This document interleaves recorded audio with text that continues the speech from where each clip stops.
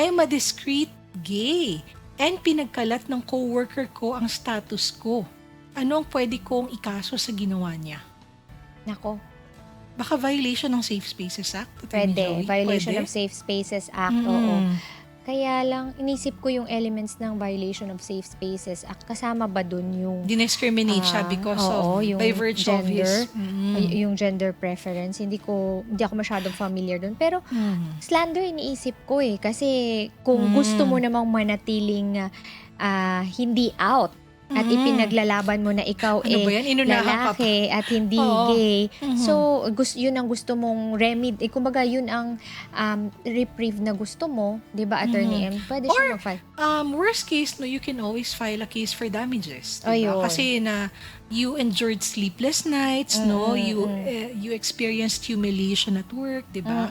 And so on and so forth. So, although civil case lamang siya, meaning danyos lang ang Kapag hinihingi nyo. damages. Kung gusto nyo yung criminal case, ayun. Pang ano talaga ka, Attorney Joey, slander. Kasi pag pang civil, criminal ang tagal eh. Oo. Oo. Tsaka yun nga pagka civil case kasi danyos lamang hinihingi mo.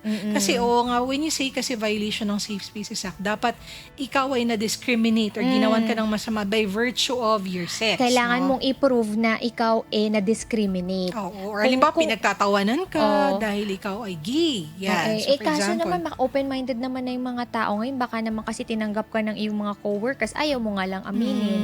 So, di ba? Ay, sobra hindi mo lang pa sa pwede- vitamins yung office mate. Inunahan ka. Diba?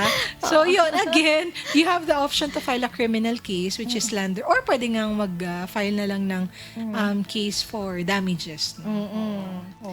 Ayun. Paalala sa ating mga kasambahay, huwag naman unahan. Yung iba. Oo. Kasi karapatan naman nila yun. Oo. Irespeto natin ang preference. Hindi naman hindi naman yung mga straight lang ang may karapatan sa buhay. Oo. Di ba, And at the same time, Attorney Joey, what if inassume mo lang, tapos hindi pala dahil feeling mo? Huwag ganun, huwag tayo nangyayam Wag assume. sa mga preference. Huwag assuming. Huwag assuming. Oo. Ayun.